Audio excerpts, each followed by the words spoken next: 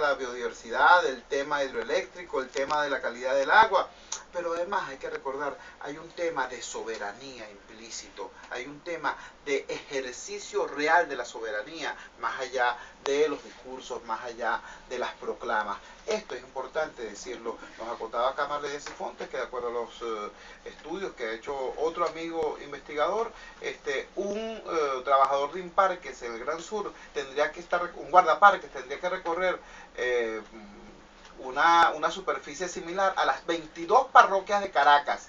Un guardaparque, para que vean ustedes entonces de qué manera está desguarnecida en realidad el ejercicio de nuestra soberanía. Parece que tenemos problemas en la conexión con el doctor Alejandro Álvarez, que lo vamos a contactar. Vamos a seguir haciendo los esfuerzos, pero mientras tanto vamos a conversar entonces con Alexander Luzardo. Alexander Luzardo es un luchador, bueno, de toda la vida. Yo prácticamente crecí como activista social leyendo y conociendo de cerca las luchas de Alexander Luzardo. Como decíamos al final del programa, del segmento anterior, disculpen, Alexander fue uno de los redactores de los elementos fundamentales que en materia ambiental tiene la Constitución de la República Bolivariana de Venezuela. Alexander, bienvenido a Radar de los Barrios. Cuéntanos desde tu perspectiva, ¿qué está pasando en Venezuela y concretamente qué está pasando en el Gran Sur que nos deba preocupar a todos los venezolanos? Bueno, encantado de estar aquí compartiendo nuestro amigo Torrealba, Chocho Torrealba, y el distinguido panel de ambientalistas, Cristina, pues, Matote y Marlene. Realmente la situación ambiental del país es muy grave. Paradójicamente, logramos que se aprobara los derechos ambientales en la Constitución, que son derechos de avanzada, probablemente de los derechos ambientales, y que yo he denominado transgeneracionales, porque no solamente tienen que ver con las generaciones actuales y del futuro, sino también con la vida en toda su complejidad, lo que se llama la biodiversidad. Y no solamente la biodiversidad, sino también la diversidad cultural, que es parte también de la memoria ambiental de la humanidad. Por eso el preámbulo, en esa frase que tuvimos la oportunidad de proponer y así fue aprobada, asume no solamente el desarme nuclear, sino la defensa de los bienes jurídicos ambientales como patrimonio común e irrenunciable de la humanidad. Y el artículo 127, en su encabezamiento, que asume como que es un derecho y un deber de cada generación proteger el ambiente en beneficio de sí misma y del mundo futuro. Cuando logramos que se aprobara ese texto, dije, esa frase en sí misma ya es una constitución. Ahí es. Lo demás no es que sobraba, ¿no? Siempre era importante lograr más de 30 artículos que se lograron en la Constitución, además del capítulo sobre los derechos ambientales, que forma parte del título 3, referido a los derechos humanos y ambientales, pero que está inscrito dentro de los derechos humanos en Venezuela, en nuestro texto constitucional. Bueno, ya venía Venezuela de una larga lucha, que se remite a Pitierga, al gran sabio Henry Pitierga, con la creación del primer parque nacional, que lleva su nombre, pues, fundamentalmente en el estado de Aragua, el Parque Nacional Henry Pitierga. La dictadura de Pérez Jiménez apenas creó un parque nacional, que fue el de Mérida, el Sierra Nevada, y la creación del sistema de parques nacional comienza en el 58, con Guatopo y el Parque Nacional Ávila. De manera que la gran creación, que muy pocas veces reivindicada, del proyecto, digamos así, de la lucha de la sociedad venezolana por su calidad de vida, tiene en la creación del Sistema Nacional de Parques Nacionales. Comenzó incluso, en el caso de Guatopo y el Ávila, porque era necesario, era fundamental para preservar las fuentes de agua de la capital. Realmente lo que significa Guatopo, que está entre Miranda, Guárico, y es fundamental para el sector, pero además de su función para preservar la biodiversidad, la riqueza biológica y ecológica, y también pues las reservas hídricas del centro del país, tiene otra función, una función protectora en el caso del Ávila, para evitar desastres socionaturales como el vivido en el año 99. Si el Ávila no hubiera sido creado en esa época, el desastre del 99 hubiera sido 10 veces, y del 51 también. Bueno, y asimismo, el Estado venezolano tuvo una política de proteger el sur, que se llama el Gran Sur de Venezuela, que es Amazonas, que tiene casi 180.000 kilómetros cuadrados.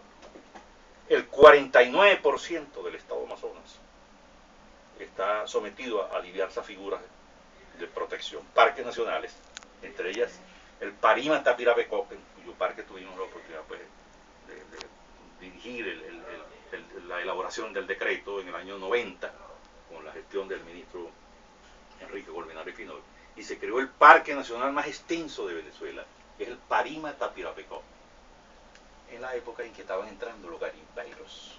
Aquella época entraban garimpeiros del 89, entonces se tomó la decisión de proteger las cabeceras del Orinoco, porque había incluso ya en la época proyectos mineros para explotar casiterita aluvional en esa zona. Entonces la decisión muy sabia de proteger esa zona, las cabeceras nada más, y las cabeceras del Orinoco, donde nace nuestro padre río. Bueno, ya habían tomado otras decisiones, también se creó también la reserva de la biosfera Alto Orinoco Cassiquiare. El parque Parima Tapirapecope tiene 3.600.000 hectáreas, donde están los Yanomami, están los Yecuana, en esa zona. Se creó también la reserva de la biosfera Alto Orinoco Cassiquiare de 8 millones de hectáreas, que incluye el parque Parima Tapirapecope y otras áreas, algunos tepuyes. Se tomó la decisión de, el decreto de protección de los tepuyes que estaban fuera de los parques nacionales, tanto en el estado Bolívar y en el estado Amazonas. Entonces el 49% del estado Amazonas está sometido en forma acertada a distintas figuras de protección ambiental y de regulación pues, de las actividades humanas. Cuando se crea un parque nacional, no es para poblarlo, es para evitar que sea poblado, para evitar que se desarrollen actividades industriales o otros tipos de actividades urbanas incompatibles con la naturaleza y con la función ecológica del parque. Igualmente en el caso del estado Bolívar. La Bolívar como casi más del 70% sometió a distintas figuras de protección, entre ellos el Parque Nacional Canaima, que es el segundo más extenso de Venezuela con 3 millones de hectáreas. Pero hay otra figura, en los tepuyes, que son formaciones geográficas únicas en el planeta. Si algo es representativo de Venezuela, son los tepuyes. Si quieres identificar al mundo, además de sus mujeres, por supuesto son los tepuyes también. Lo que se representa en términos planetarios, o sea, el símbolo del escudo debería estar, por ejemplo, un tepuye, porque es fundamental la identificación y además la importancia que tiene los tepuyes. Por eso cuando el tendido eléctrico criticamos, que se fue afectado aquella zona, la cadena oriental de tepuyes, porque esos son grandes torres donde en alguna forma nacen ríos, las aguas que son fundamentales del sur de Venezuela. Muchas veces se ubicó también gran parte del delta como parte del sur, una parte de Apure, cuando se hablaba de la conquista del sur. Bueno, en este momento, a pesar de todas esas conquistas históricas de la sociedad venezolana, que incluyen la Constitución, porque todo el movimiento de lucha, la Reserva Forestal de Imataca, la lucha del movimiento de Perijá, la defensa del Amazonas, convergió en los derechos ambientales en la Constitución. Creíamos que habíamos avanzado. Incluso se hizo el gran acto ecológico con Hugo Chávez, en el cual tuve la oportunidad pues yo de hablar, y habló él, eso fue el 26 de noviembre de 1998. Y los temas eran estos, que siguen siendo igual. En defensa de la Sierra de Imataca, el Amazonas y Guayana, la Sierra de Perijá, las playas del litoral central, los lagos de Maracaibo y Valencia, los parques nacionales, el Orinoco, por el derecho al agua pura y aire limpio, por la aplicación de la ley penal del ambiente, por el respeto de los pueblos indígenas, por la protección de la fauna, la flora y la biodiversidad, por una sociedad ambientalmente sustentable y por una constituyente ambientalista. Estamos escuchando a Alexander Luzardo, luchador ambientalista, activista por la justicia social, una persona que ha estado en la cresta de la ola en la lucha social y política en nuestro país en los últimos 30, 35, 40 años. Yo quiero, bueno, por supuesto, todo el que nos esté escuchando en este momento seguramente agarrará y dirá, viste, lo que estaba diciendo Chávez en el 98 y ahorita todo eso está igual, solo que peor. Bueno, eso es verdad. pero yo quiero sobre todo rescatar ante mi audiencia una cosa hermosísima que nos acaba de decir Alexander Luzardo. Muy, muy importante. Vieron ustedes en las palabras de Alexander Luzardo que fue un hombre que se enfrentó duramente a los gobiernos anteriores a 1998 y que criticó corruptelas y que se enfrentó a sinvergüenzuras. Pero ustedes escucharon cómo para Alexander Luzardo esa necedad que si la Cuarta República y la Quinta República... ustedes no escucharon eso, ¿verdad? Porque resulta que la República de Venezuela es una sola, para lo bueno y para lo malo. Y aquí hay un gran proceso de lucha histórico de la sociedad, del pueblo venezolano, para conquistar mayores espacios de democracia, mayores espacios de calidad ambiental, mayores espacios de justicia social. Y ese gran proceso de lucha del pueblo venezolano en su integralidad es lo que nos estaba recordando y haciendo presente ese luchador de toda la vida, que es Alexander Luzardo. Vamos a nuestra segunda pausa comercial, vamos a escuchar los titulares correspondientes a esta hora y ya regresamos con muchísimo más del Radar de los Barrios.